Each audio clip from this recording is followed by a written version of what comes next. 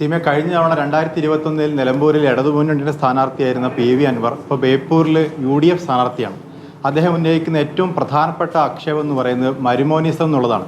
മുഖ്യമന്ത്രിയുടെ മരുമോൻ എന്ന രീതിയിൽ മുഹമ്മദ് റിയാസ് അമിതാധികാരം പാർട്ടിയിലും സർക്കാരിലും കാണിക്കുന്നതാണ്. അതിനെക്കുറിച്ച് എന്താണ് അഭിപ്രായം? അതുകൊണ്ടാണോ അയാൾ പോകേണ്ടി വന്നത്?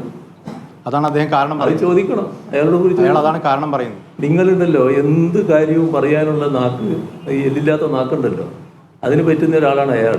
അത് അതേ രീതിയിൽ കേട്ടുകൊണ്ട് വർത്താനം പറയാൻ നിൽക്കണ്ട. അതൊരു നല്ല ഗുണമല്ല.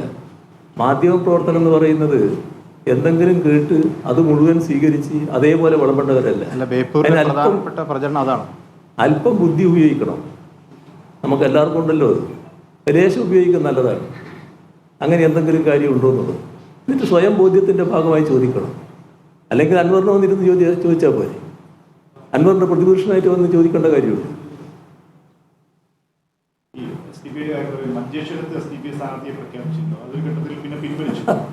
ഇയാൾക്ക് വേറെ എന്തോ സൂക്കേടാണ് കേട്ടോ.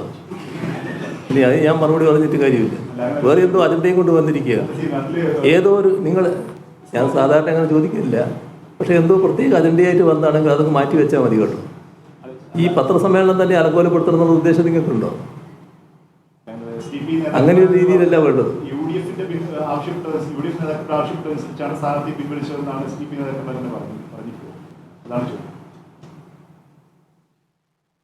SDPയെ കുറിച്ച് ഞാനാണോ മറുപടി പറയേണ്ടത്? SDPക്കാരോട് നിങ്ങൾ പോയി ചോദിക്കണം.